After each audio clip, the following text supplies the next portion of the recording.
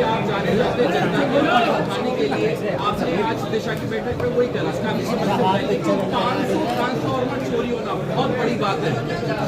हाँ, मेरे लिए भी एक बहुत बड़ी बात है। मुझे इतना अंदाजा नहीं था कि इतनी बड़ी घटना हुई होगी। और चूंकि ये बैठक है, इसमें पुलिस नहीं का, दिशा की जो बैठक है उसमें पुलिस के अधिकारी नहीं आते, इसीलिए हमने कहा कि दिशा की बैठक का हवाला देते हुए डीएम, चूंकि इसके सेक्रेटरी होते हैं, डीएम एक पत्र लिखेंगे कप्तान को, और अगली बैठक जो हर 3 महीने में होती है उसमें कप्तान का, पुलिस कप्तान का जवाब आएगा कि उसमें क्या कार्रवाई क्या नहीं। और मैं भी इस मामले में डीजीपी को पत्र लिखूंगा जिससे अवगत करा सकूँ। मेरे लिए सरप्राइज की बात है कि 500 ट्रांसफार्मर मेरठ जनपद में चोरी हुआ। सबसे बड़ी बात है 500 ट्रांसफार्मर के अलावा बिजली विभाग की कमी बहुत देखने को मिली है। यहाँ पर बैठक विभाग के जो 11,000 की केवी के लाइन जा रहे हैं। अभी राज चौहान में एक घटना भी हुई है जो भारत के आधार पर तार नीचे थे। पीडीडीएल कहाँ सो रहा है?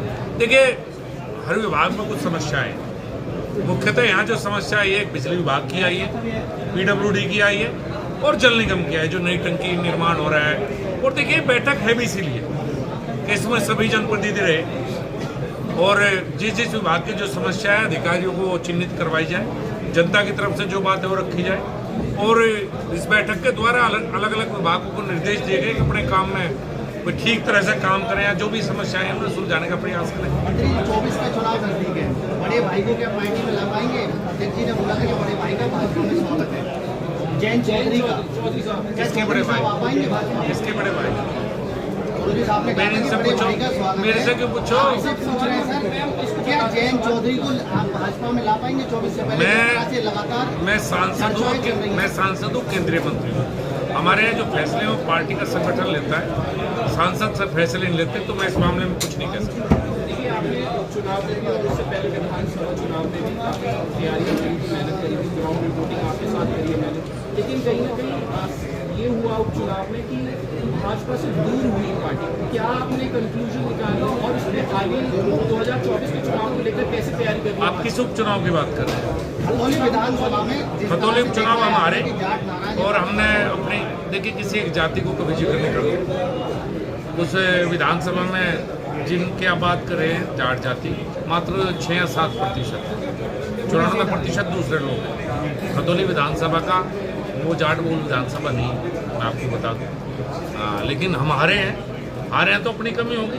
हमने आत्मचिंतन किया और दोबारा जनता के बीच में किसी की कमी नहीं। मैं तो खुद स्वीकार करता हूँ, अगर हम खतौली उपचुनाव आ रहे हैं तो कुछ ना कुछ हमसे कमी आ रही है। मंत्री जी बीएसपी साथ आ रही है क्या? बीएसपी के सांसद भी आज साथ यहाँ बैठे हैं क्या? ये तो सपा के भी बैठे थे विधायक, 2 विधायक सभा की। ये दिशा बैठक है, इसमें यहाँ सब जनप्रतिनिधि हैं, उसकी बात नहीं है, प्रोटोकॉल सबके सेम है। तो और दूसरी बात मैंने पहले बताया, ये निर्णय मेरा नहीं हो सकता कौन साथ आ रहा है कौन नहीं, ये निर्णय पार्टी का संगठन लेता है। आप मेरा सब्जेक्ट ही नहीं है। विपक्ष ने मिलकर आईआईए बनाया, कह रहे हैं कि जो देश टूटा है उसको जोड़ेंगे। आपको क्या लगता है कौन से देश टूटने की बात कर रहे हैं? ये बेचारे खुद जुड़ जाए वही बड़ी बात है।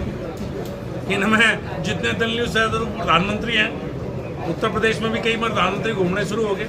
पिछली बार भी प्रधानमंत्री कई बनाए थे, तो बेचारे खुद ही नहीं जुड़ पाए। थोड़े दिन में बचेगा इनका जुड़ता, देख लिया। मंत्री जी, ज्यादा दिन नहीं चलेगा मामला। जितनी भी अधिकारियों की लापरवाही देखने को मिली है, क्या उन अधिकारियों पे भी कार्रवाई होगी जिस तरह से आज बैठक में देखने को मिला है? बिजली की निश्चित रूप से जो सवाल आए हैं उनका जवाब अगले 3 महीने के बाद होगी बैठक, उसमें मिलेगा। और जिनसे जनप्रतिनिधि संतुष्ट नहीं होंगे उनके खिलाफ कार्रवाई के लिए शासन को लिखा जाएगा। क्योंकि ये बैठक जो है, हमें कार्रवाई के लिए लिखने का अधिकार तो है, लेकिन सीधा कार्रवाई करने का अधिकार मुझे नहीं है। मंत्री जी, यहाँ की अगर वीसी की बात की जाए, जो एमडीए के वीसी है वो कच्ची कॉलोनियों पर लगातार बुलडोजर चलवा रहे हैं, लेकिन मेरठ की 2 बड़ी कॉलोनी ऐसी है जिन पर वीसी साहब का ध्यान नहीं है। क्या उन पर भी कार्रवाई होनी चाहिए? सामान्य कार्रवाई होनी चाहिए या फिर किसी गरीब पर या छोटे जो वो है कॉलोनी वाले? सभी अवैध निर्माण पर कार्रवाई होनी चाहिए, चाहे वो बड़े का है या छोटे का है। सभी अवैध निर्माण में देखिए क्या हाल हो रहा है इस समय। पूरे आप मेरठ की भी बात देख लो, मुजफ्फरनगर, सब जिलों की अवैध कॉलोनियों पिछले कुछ दिनों से कार्रवाई नहीं होती, इनकी संख्या बहुत बड़ी है। तो सभी पे कार्रवाई होनी चाहिए, बड़ा हो या छोटा। सिटी और आपका मुजफ्फरनगर, ये पल्लवपुरम साइड, वीसी साहब कहाँ हैं? बड़ी कॉलोनी है, उन पर वीसी साहब सर, वीसी साहब, एक सवाल आया है, जवाब आप दें। तो मैं जवाब देने से बच जाऊंगा। सवाल महत्वपूर्ण है, आप ये सवाल सुने और निश्चित रूप से मैं उम्मीद करूंगा इसका जवाब आप देंगे, क्योंकि मैं आपसे प्रभावित हूँ। आप पहले व्यक्ति हो जिसने कार्रवाई करने की हिम्मत की। मैं उसमें साथ। सर, मेरठ विकास प्राधिकरण लगातार कार्रवाई कर रहा है कच्ची कॉलोनी के खिलाफ, लेकिन दो बड़े ऐसी कॉलोनी है जिन पर आपकी निगाह नहीं है। मेरठ विकास प्राधिकरण की निगाह नहीं पहुंच पा रही। उदयकुंज, उदय विहार।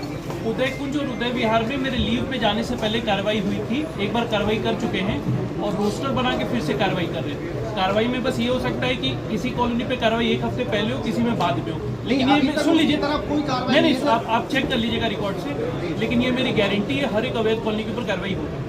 कभी ऐसा ना ओबीसी लेकिन अगर पत्रकार कोई सवाल उठा रहे हैं तो हमारा फर्ज है कि सबसे पहले हम उस बात पर ध्यान दें।